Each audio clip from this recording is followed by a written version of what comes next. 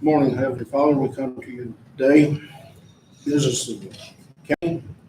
We ask that you continue to keep our leaders in your eye and your guidance. We ask that you continue to take care of the folks of Brown County, watch over them, see to their needs.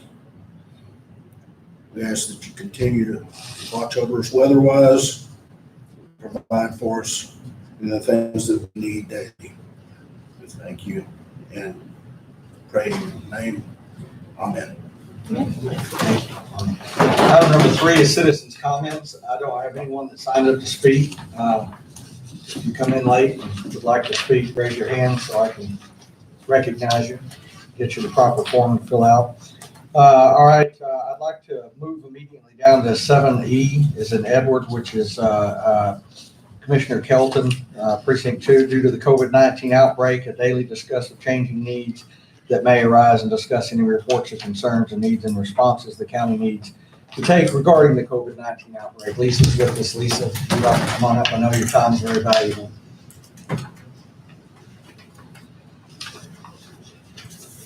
Good morning. Good morning. Okay. Morning, Lisa. Brown County Health Department. Good morning. Our numbers have stayed pretty steadily at the 59 cases. We've received most of the results back from the nursing facilities. Not at all of those have been put into our account. As of right now, there are a couple that are still pending, but all those that we've received have been negative. So that is great news that we're continuing to see those facilities being in good shape. And over the weekend, we did kind of have an unusual occurrence that we haven't seen before, and that we were reported that there was a positive case that's not in our county, but was visiting our county on Friday evening. And so it was a band that was playing at one of our local businesses. And so we had a press release this weekend that showed or asked that people that were there on Friday evening and those employees for right now isolate themselves and start monitoring symptoms. And as we find out more about that case, then we'll give more clear direction on what needs to be done. So we're just doing that right now mainly as a precautionary measure. After getting the information back, we may continue to have the same recommendation, but we may be able to be a little bit more specific and as far as which people need to take those precautions. Questions for Lisa? Current active cases we know of? Current active cases, as in those that are not recovered, I think that we're sitting right at 9 or 10 that have not been recovered.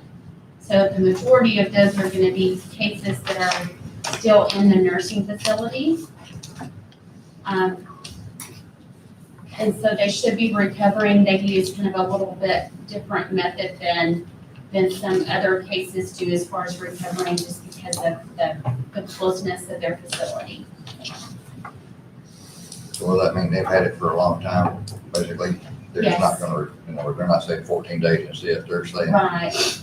Yes, and they're using the method of the 2 testing, so it could lengthen that time, but they may not be contagious. We just want to make sure that everything's clear. I know they had a big deal in Snyder where they tested a bunch of people said they were positive and they found out that they only had retested when they weren't. I think it happened in another county too, Yes, but we're not having that here. we've not had that here. I think of the National Guard testing, one of those was. All of them came back positive, I believe, that one. So it was, they were all came from one specific lab, and apparently ours were not sent to that lab. Thank goodness. Other questions? That's not very good. No, PR for that lab. right, no. I recall it was 30-something tests. Thank you, ma'am. Do you know that the person that came from out of town that was at the local, Yes. do you know the nature of their testing? Oh, yeah, and that's a good thing for us to realize. So we know that that person was tested at the request of their employer, so that person was asymptomatic. I know there had been some discussion, why would they come to our community if they knew they were positive? And it was one of those that the person didn't have any symptoms, but their work was requiring them that they be tested. Their day job was requiring that they be tested every so often, and one of those tests came back as a positive. So it wasn't like they were sick and got tested and then came and visited our community. So it makes it sound it's a little bit more kind. It wasn't something that was an on purpose kind of thing. Thank you. Appreciate it. Have a good day. All right, and then that'll take us down on number 7F, which is also Commissioner Kelton's sponsored consideration and possible approval of any action needed regarding a COVID-19 outbreak. I don't know anything either. All right, so we'll go back up to item number 4, which is consideration and approval of minutes from June 1st, 2020. I would make a motion to approve the minutes as submitted. Okay, we have a motion and a second. Get it? Okay. All in favor? Motion carries. One extension over there, right? One extension, all right. Item number 5, consideration and approval of any treasurers or auditors reports as needed. And there is a affidavit this morning for, I guess, May 2020, ending May 2020.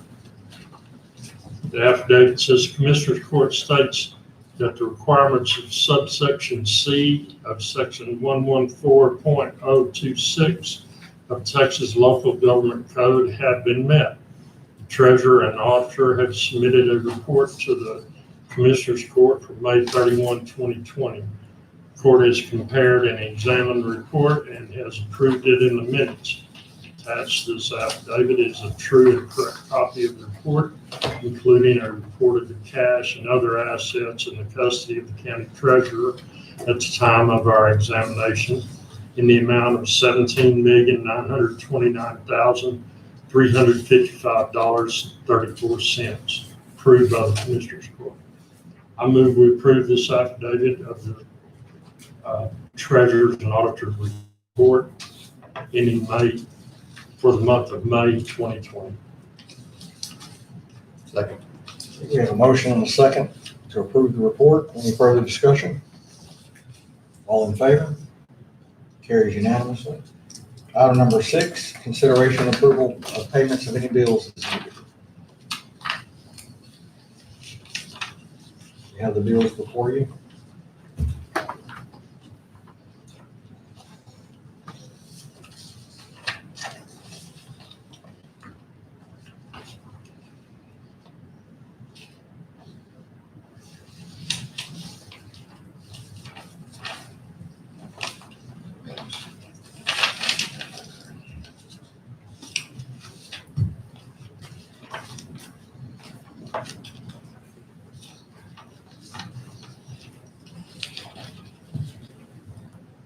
I'll entertain a motion to pay the bill.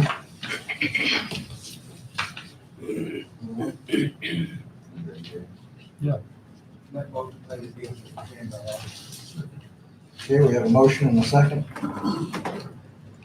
Any further discussion? All in favor? Carries unanimously.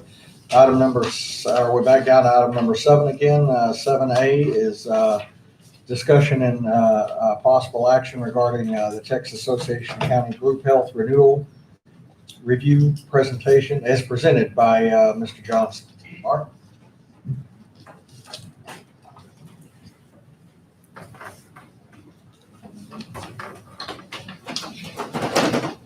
Good morning. So basically, we met a week ago, talked about options. And the two options that we have is keep the current plan of benefits or move to a non-grandfather status. The current plan of benefits were roughly 4% higher renewal, being that we're running over 100% claim versus premium. The 4% was an attractive renewal. However, the new plan that they came up with was a 1.4% increase. That's a difference of about $80,000. So increase in the new one. That, the difference would be, you're talking $70 basically on your deductible difference, out of pocket, $250 annually. That's kind of where we left it. If you guys want to visit about it, I'm here to answer any questions or whatever your thoughts To are. refresh everybody, Mary, about last year, there was a great advantage to stay in the grandfather. Okay, let's talk about that a little bit. Okay. Good comment. So for several years since Obamacare came out, we were afraid to leave the grandfather status.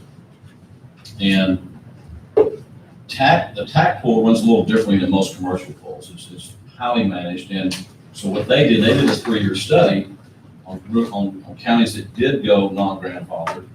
And basically what that is, you're taking away your co-pays for your preventive care. And so when they did the study, they realized that it did not cost the TAC pool any more money. In fact, it saved them money because people were going to the doctor for preventive care and they would find out they had high blood pressure, high cholesterol, diabetes, and it would save a large claim down the road. So they are encouraged, the underwriter encouraged me, when he or she told me that, and that they're kind of encouraging the counties to do that, to go non-grandfathered. So, number one, it's gonna save money. Number two, it's a little bit more out of pocket, but the drug card actually goes down in copay. So if your current plan, you're at 15, 40, 65, going to a 10 generic, 30 brand name, 50 formulary. So it goes from a 15, 40, 65 to a 10, 30, 50. So that's the most utilized part of your drug, of your medical plan, is your drug card. It's highly utilized to the tune of about almost $800,000 in our county last year. So also your office visit copays goes from 30 currently down to 25. So your office copays go to 25. On preventive care, there'll be no office copays if you go non-grandfathered. There's a one-time deductible on your drug card. You have to satisfy that annually, one time. And currently you're at 135. Once you satisfy that and your copays kick in, it goes down to 100 with the new non-grandfathered plan. So there's a lot of benefits of going to it, in my opinion. And that would be my recommendation. That's certainly, you guys call it, certainly. Well, and I'm going from history of TAC in the last year or two and what's happened on claims. It looks very favorable. That was that Yeah, 1100 NG was the one that I was kind of looking at. Like, That's what he's talking about. right there. that was after looking at that, talking last week, that's kind of the one I prefer is that 1100 NG, the non-grandfathered 1.4% increase. Personally. That was that middle column. The crackdown is on this COVID-19, the reason I'm asking, I gotta have shoulder surgery. The doctor sent me to get MRI and they rejected, insurance rejected MRI.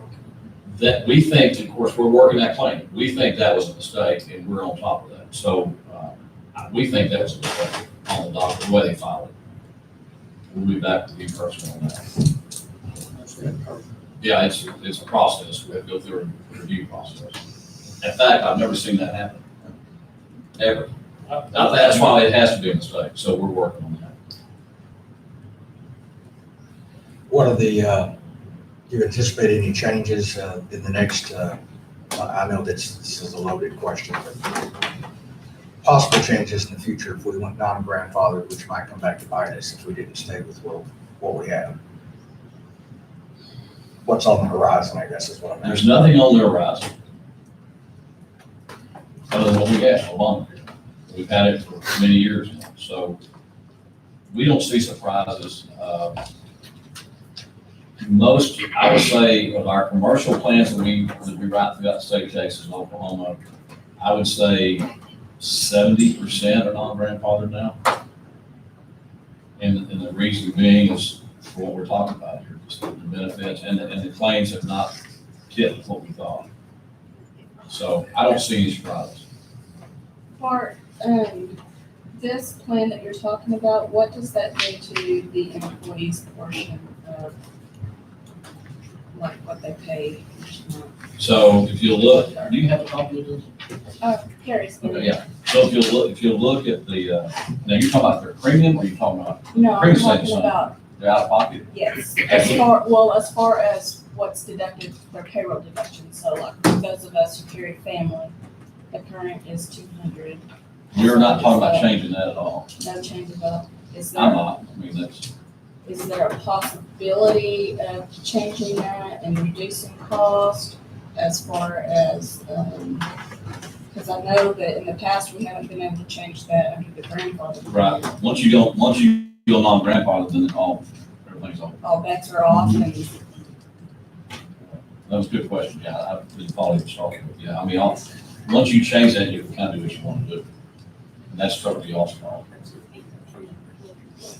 But what makes us non-grandfather is more than 90% copay to 80%. That's what makes it non-grandfather. so once we go non-grandfather, then the employee's contribution can go up, whatever. For a quarter size. The more that the employee contributes, what does that do as far as our cost? Does it bring it down? Is it kind of a Bring the counties down. dollar for dollar or? Mhm. So if we go from the maximum is 200 now, we went to 250, it would bring the county's cost per employee down $50. 50 times however many. And, yeah, But that, correct me if I'm wrong, but whether, how much the employee pays for coverage. this is family coverage. Yeah, that's what I'm saying. What, that's just a commissioner's court decision. That's That's not a correct. part decision. No, that's an internal. That's just, But it was locked. County Yeah, it Code would- grandfather. Under the grandfather plan, we were locked at that 200. Yeah, because we moved it to 250 over 5%, and it would make it non-grandfather. So when you go non-grandfather, you walk away from all that. You've opened it up, basically. And it gives you more leeway down the road. Perfect. And I think we've got like 80, and how many dependents do we have, families? About 184. Well, not the No, families, just family all coverage. together. I think it's 80, around 80. I'll get that number for you. So what we need to decide today Today is which plan you want to is go with. which plan we need to go with. And my perspective, I'm in favor of going to the, I think it's the 1100 NG, the next one over, and that would take us out of the grandfather. And being recommended by TAC, I think that's where we need to go to. You put that in motion. Well, I'd like to hear what these other commissioners say, if they have anything to say about it. I think most are in agreement. Yeah, I would. I'd put it in motion and I'd say, I move that we renew our Blue Cross Blue Shield with Texas Association of Counties to the 1100 NG proposal. And that's effective 10/1/2020. Right. I'll second that. Okay, we have a motion and a second. Do we have any further discussion on the insurance? All in favor? Carries unanimously. Thank you, Barbara. Thank you very much. All right, item number 7B is Commissioner Worley, consideration of possible approval of assigning the True Core lease to, of the Oaks facility to Rite of Passage. Worley? Yeah, I guess Thursday was, Shane, we had a Zoom meeting with Judge Moss and the that's right. juvenile board. Judge Lilly wasn't present, so I don't know if you know what happened there or what they talked about. But we received a letter back in May that TrueCore is pulling out of Texas. Well, they've since been in negotiation with Rite of Passage to take over their part of their aspects of the Oaks facility in Brown County. And one of those things, and they were wanting to have this in place and be able to do it by July 1, if I remember. One of the main things that needs to happen is that rite of passage needs the lease of the building from Brown County out of TrueCore's name and into their name. And then they can go forward with some more of the details. As Shane and I spoke with, I believe, Michael Cantrell on Friday, he had, and he is with, he's the Southwest Director of Rite of Passage. They had no, I guess, they weren't opposed to the lease as it's written now to TrueCore. They just needed to reflect the rite of passage. They would, all of the children that are in that facility right now would be able to stay there. If they get everything in place and get it taken over, they wouldn't be uprooted, sent somewhere else. And as I understand, Mr. Cantrell, they were in negotiations with TJJD, and we're getting all of the contracts from numerous counties that TrueCore had to enable them to keep those kids in place. So and like I said, the first thing one of the first things that needs to happen is for this court to assign that lease to TrueCore. Rite of passage. And Mr. Britton is supposed to have sent them a copy of the lease with rite of passage on it. And then Mr. Cantrell was going to try to get back to us this morning sometime and saying everything was okay. Has he done that yet? Have we done that yet, Shane? No, because he wanted the, Pull your microphone. well, we had discussed, first of all, that's probably kind of getting the cart before the horse a little bit. Because the commissioners court may not want to approve that assignment. Any, now is that right? And what Commissioner Worley said is correct. The TrueCore, the contract with TrueCore has an assignability clause, which means if they can't fulfill the contract, they have the right to assign that contract to someone else. And so they're exercising their right to assign that contract to rite of passage. And so we met with Mr. Cantrell, and he was agreeable to the contract exactly as it is written. No changes. And so what we were going to do is get him a contract in a format that could allow for changing the name and some different things. And so we're still working on that, because we got to find the contract, not a hard copy of the contract, but a contract in a format that can be changed. And I wasn't going to retype that whole contract myself. Looks like you could use the same contract, But- just swap names. Yeah, but ultimately, they are agreeable to accepting the terms of that contract exactly as it was written with TrueCore. They have, one thing we wanted to check on is, do they actually have a contract with TJJD? Or is this just hopeful? And he actually told us Friday that they had just approved the contract in the last day or so. Isn't that right? Yes.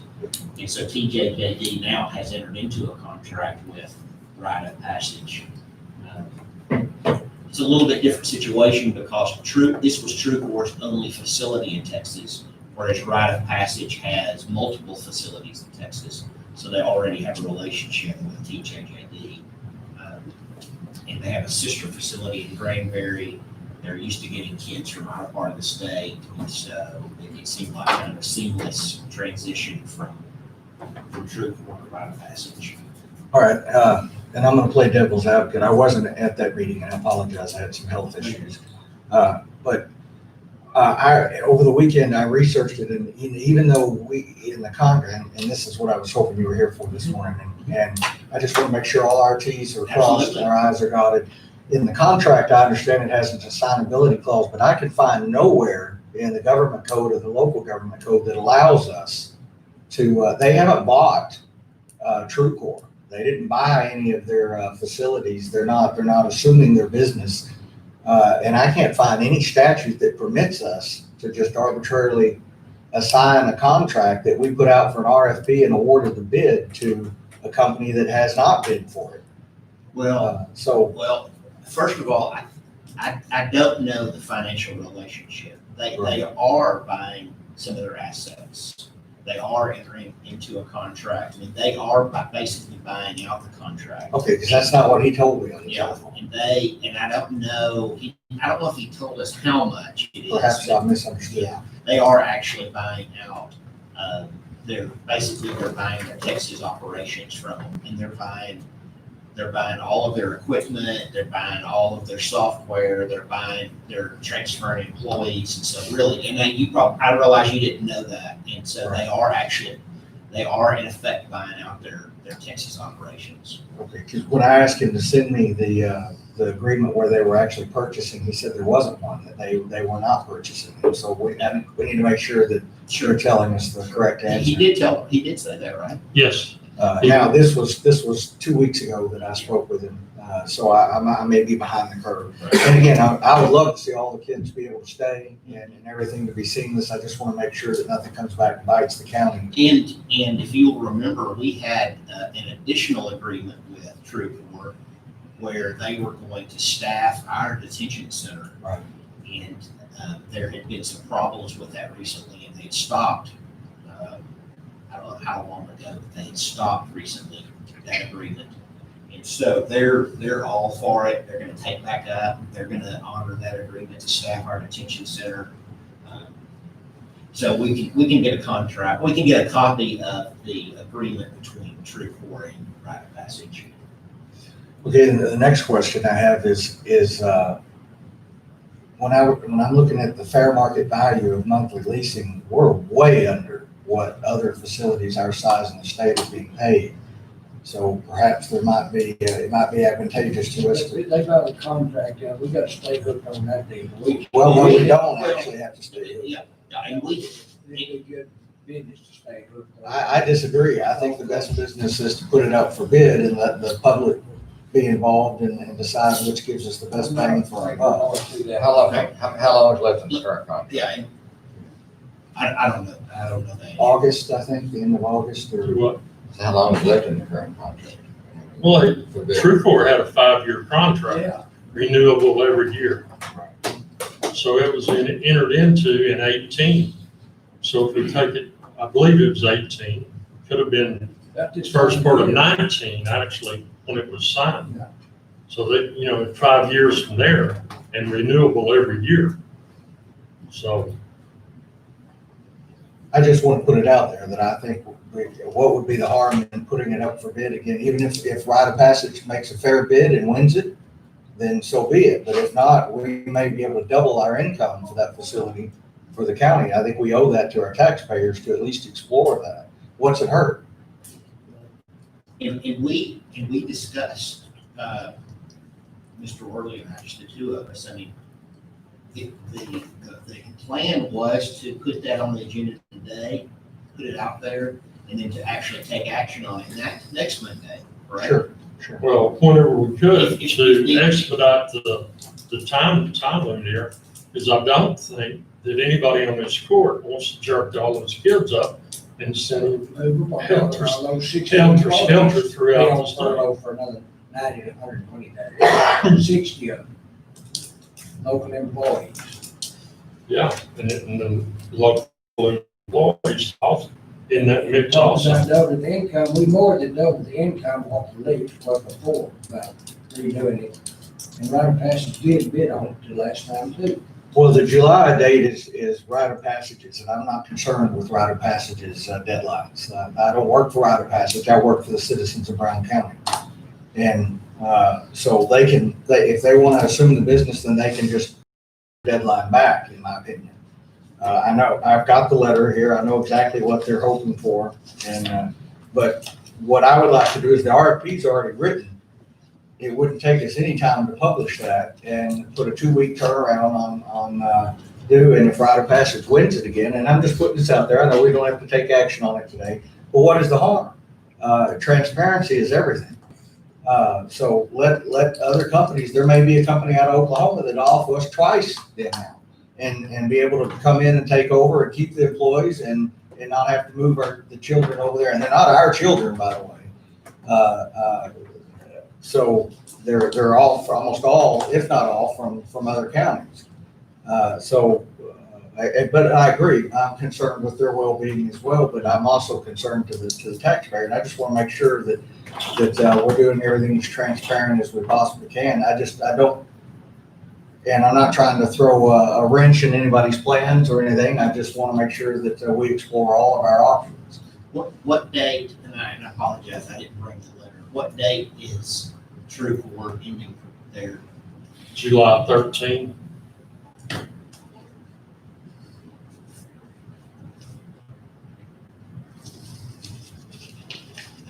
Yeah, I was thinking it was closer to August, but it's July, no later than, well, no, they would like us to agree no later than July 13th. This is Rite of Passage. And like I said, I'm not the least bit concerned with Rite of Passage's deadline. Well, no, that's not a letter from Rite of Passage. What's the letter? TrueCore sent us a letter that said we are ceasing operations as of a specific date. Well, it says they would like the letter returned if possible no later than July 13th. That's the Rite of Passage, all right. Right, that's Rite of Passage. Now, I don't know. Is it I'm that? not- No. This is TrueCore. It says July 13th. Maybe that's why they're choosing the July 13th date for the Rite of Passage, because I'm looking at the Rite of Passage letter. So, But you're right. I'm looking at the TrueCore. TrueCore is done July the 13th. Well, here it is, reference to other communications, Old Police, TrueCore requests written consent be assigned to Old Police to Rite of Passage as early as June 30th, but no later than July 13th. It doesn't say anything about when they're actually gonna cease operations that I see. Well, does that clause in that contract, you said you read it, give them the right to transfer that? Well, it gives them the right to transfer that. It does, but, at the same time, it's incumbent upon you to approve it. And so if you're not gonna, if there's nothing to assign if you're not approving the, new contract with, or the assigned contract from True.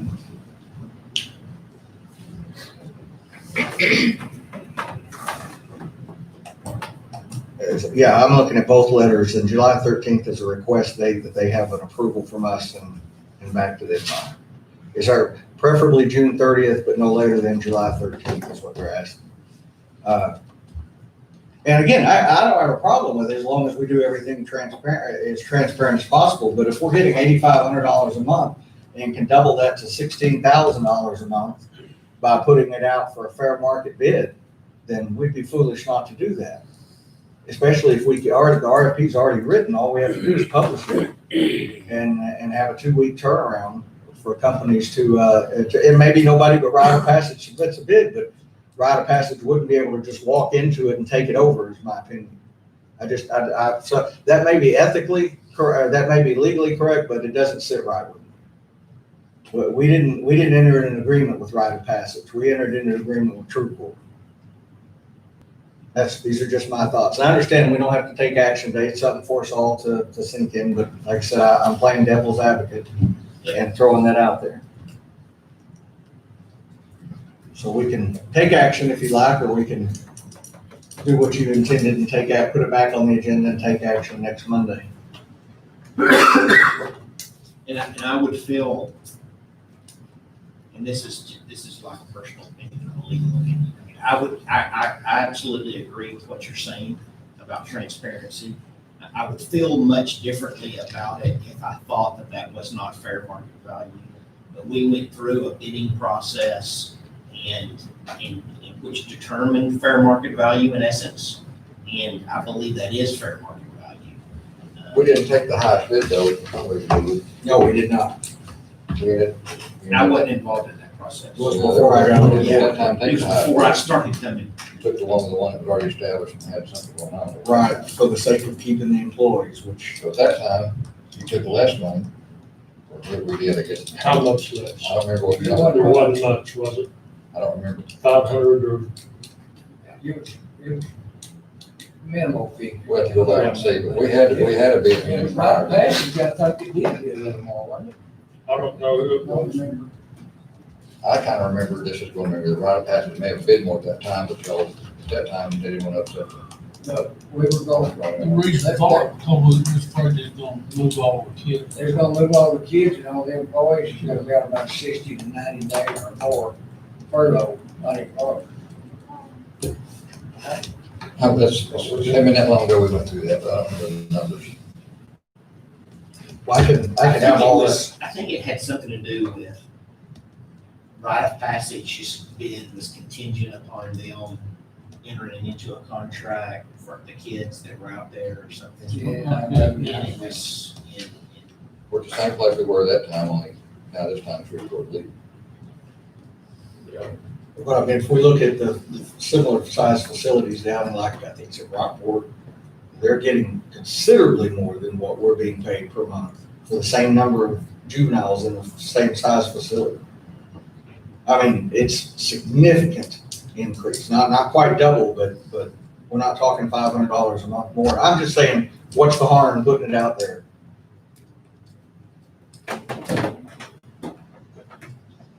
So I can gather, I can research that information as well. Yeah, it should be in a minute, so we voted on that.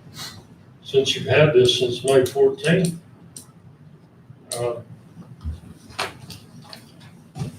Why hadn't it been done by now? Because I haven't had time to get to it, Commissioner Worley. You can sit there and get mad and frustrated and all that all you want to. I'm just asking a question. I understand, but I don't like your accusatory tone. Well, I don't like your tone back to me. I've been How trying about to, that? I've been trying to get a meeting with our county attorney. He's been a little busy. Well, Mr. Cantrell said you'd never return his call. You tried. I have not until I speak to Mr. Ward, until I speak to Mr. Britton. Well, You're not wise to talk to another attorney unless you've got your attorney on the phone. well.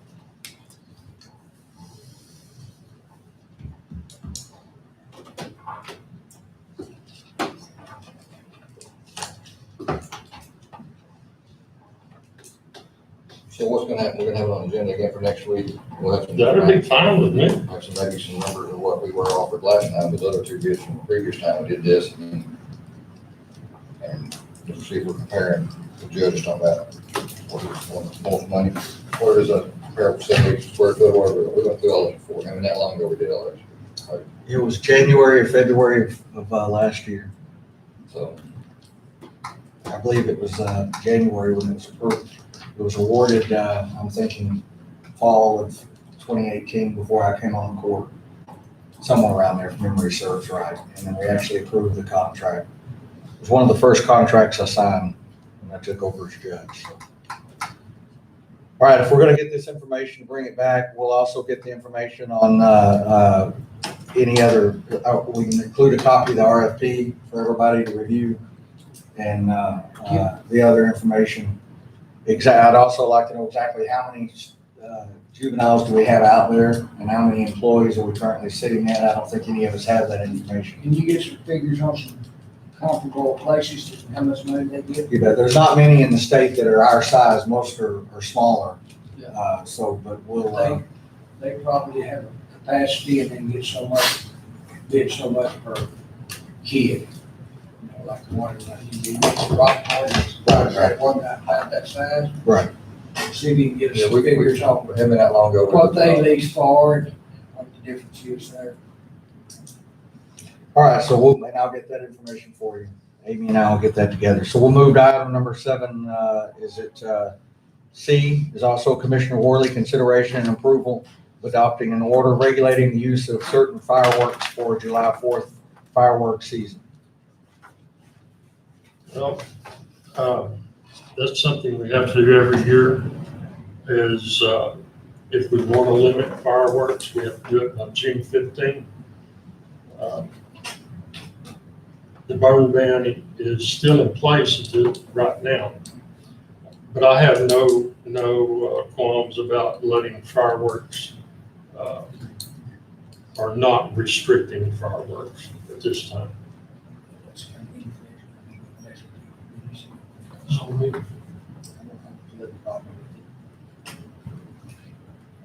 All right, so do we take no action, or do we need to take an affirmative action to approve it?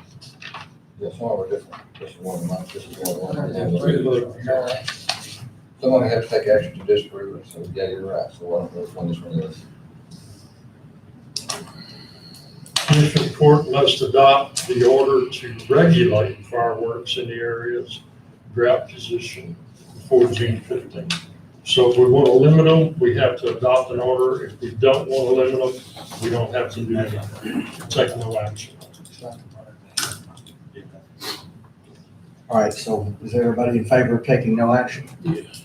Christian's put on this year already. All right, Sheriff, you're up next, then we'll skip down to 7Gs, Sheriff Hill. Consideration approval of cooperating with the city of Brownwood on a tower structural analyst survey to meet the new specifications for the TIA 222H standards for wind and weight load. I'm sorry, I got to read all of this. Of the DPS tower under consideration for the countywide communications radio project. That's a mouthful. Yes, it is. Burn ban. I'm sure y'all are aware of the radio study we've been doing countywide with the city of Brownwood, my office, volunteer fire department, city of Early, city of Blaines, basically all the first responder communications problems that we've been facing since Brown County was created, I guess. We've had several meetings. We received 4 RFPs back. We've met with these individual companies. We have picked the top 2 providers that we're currently negotiating with, just for terms of getting the job done. And I realize at some point we may not have to do bids. But I was going to discuss that stuff with y'all during the budget process. But all the plans, a lot of them have us building multi-million-dollar radio tower sites throughout. And one particular plan is just utilizing 3 towers in the county, but it's already standing. One of them's going to be the DPS tower in May, and that's going to be basically for my office and also the volunteer firemen. The city of Brownwood is having the same study done, their tower at Round Mountain, or the tower at Round Mountain. So it's kind of kicked the DPS May tower into our court to have this specific study done. The city of Brownwood has reached out to some individuals capable of doing this, and we've only received 1 quote for the price of doing that, and that quote is $10,700. I realize that that's unbudgeted money, but as I said, if this isn't funded at this point, then the project is dead in the water, because that's a requirement. We're going to have the study before we can proceed with the communication project. We're going to pay for a study on this tower. It's, Just people that made the tower don't already have these numbers. you know, there's particular guidelines that has to be done every so often, so many years.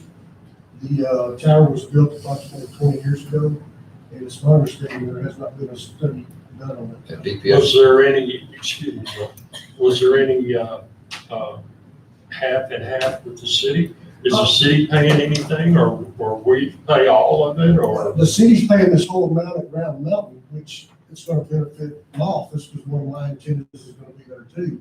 I'm not so sure that the city of Brownwood is going to have a tower in May, but possibly the city of Early will, just for a backup communication process. But we have to have that tower in May for the sheriff's office and the volunteer firemen, or our communications in the northern part of the county are going to be routed in the environmental. does DPS not need this same study done? Now their equipment's already up there. It's Okay, just with okay. the addition of new equipment. Well, that's cheaper than $1 million tower. Right, that's. I don't know what a tower costs, but you threw that number out there, but. And Commissioner, I can't answer your question as far as the cost splitting that particular tower. I don't know that, we were sharing with the city on the Round Mountain Tower.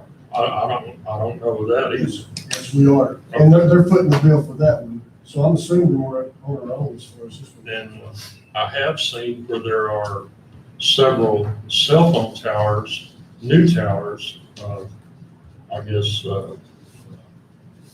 going in throughout the southern part of the county. So, And the gentleman doing the study for us, he has reached out to some of them, and that's gonna be an additional fee every month that we'll have to pay just to have our. have you reviewed our equipment on that What tower? did DPS offer, if they offer, let us use it, if this or not? I can't answer that. I don't know what was negotiated with DPS, but I know that we have authorization to utilize that tower if it passes a study. Tony, do you have any information on that? The tower is actually not, I don't think it's owned by DPS, it's used by DPS, and so it's the tower owner and the landowner that actually own the rights to the tower. But it's by far the cheapest way. Mhm. when we study that we've It's done. by far the best location, pretty much, because if they build a new one, they're gonna build it right, they wanna build it in the same area, if I remember right, is that correct? So you need us to approve up to that amount, but there's possibility that there could be some cost sharing. Maybe. But I'd say at this point that it's gonna be on us with the possibility of maybe some cost share. Are we gonna be able to have some numbers before budget? you think? Yes, sir. I think next week we'll have some good solid numbers. For the whole project, including the employees, this demand, the way they're gonna restaff the dispatch and all that? Where we're gonna pull this money from if we were to approve this? Non-departmental miscellaneous expense. Well, this is something I know we need to do. Stuff. We need to do for the study, yes. I know it's something we've been working on for a long time. I've asked trying to, we need to get this done, and we gotta get it done before, we really need to get this done before budget, so we know where we're at. Right, it's crunch time now, and, you know, there's so many different entities involved that we have to look at scheduling issues, but it's on everybody's top priority right now. Tony had spoke to me earlier this week about this. What other questions did you have at this time? Anything that we need to not talk about? No, I don't think so. You just kind of see, make sure things are rolling along, or I think what? the sheriff's got it under control, and David Creed's been at the meetings, and so probably as the sheriff's recommended, just in workshops, you'll be able to get deep into it unless you. What's the dollar amount?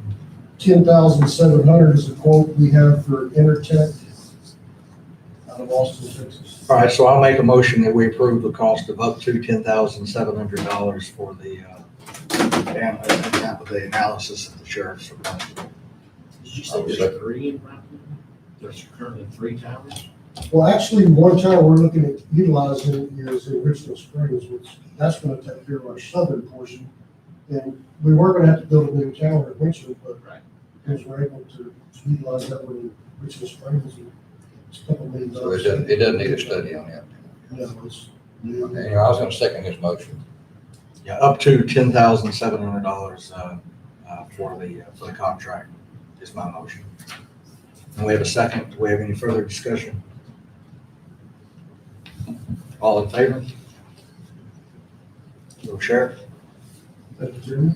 And I hadn't forgot about the burn ban. I brought a form to lift it in case y'all decide you want to do that. All right, Sheriff, also is 7H, consideration possible approval of employee changes for you. As y'all recall, we've been before y'all a few weeks ago about some temporary promotions made within the department. Last week, we had our oral interview boards and the promotions were completed. Acting Corporal Taylor Fletcher was promoted to sergeant. And basically, I'm here to finalize his $200 a month promotion salary, promotion fee or bonus. But his annual salary with that's gonna be $45,034.80. The next promotion we have is, Patrolman Jason Bastardo was promoted to corporal, and his additional rank pay is gonna be $100 per month, $1,200 annual. His annual salary, $39,461.04. And that's the only two I have this morning. I move we approve the 2 employee changes in the sheriff's office. We have a motion and a second. Any further discussion? All in favor? Sheriff, and then 7I is an Ida. Sheriff, is your jail report? I have 138 inmates, 6 of those being contract inmates. All right, good again. Congratulations on your jail commission inspection. Thank you, Judge. Pretty proud of my employees on that one. I was proud to follow that letter. Thank you. Appreciate y'all. You bet. All right, item number 7J is Ms. McClure with Commissioners Court, presentation of the 2020 road report.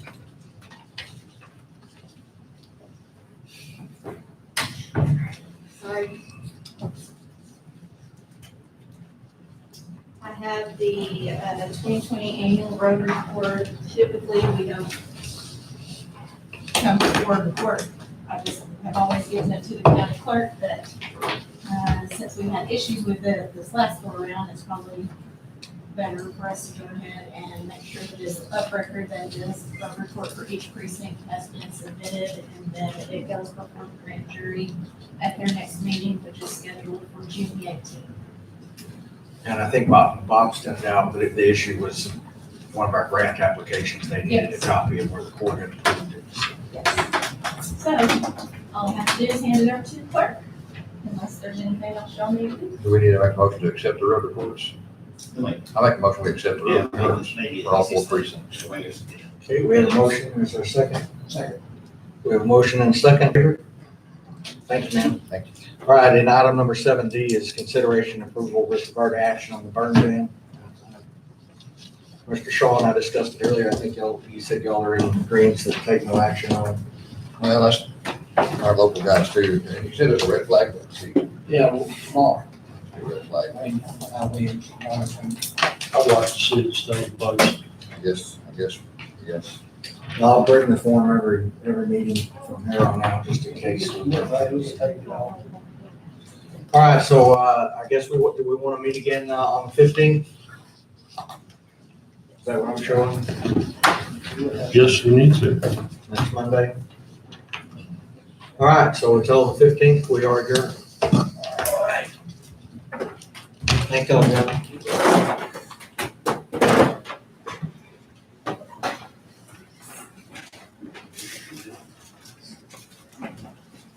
Shane, I apologize, I missed that meeting.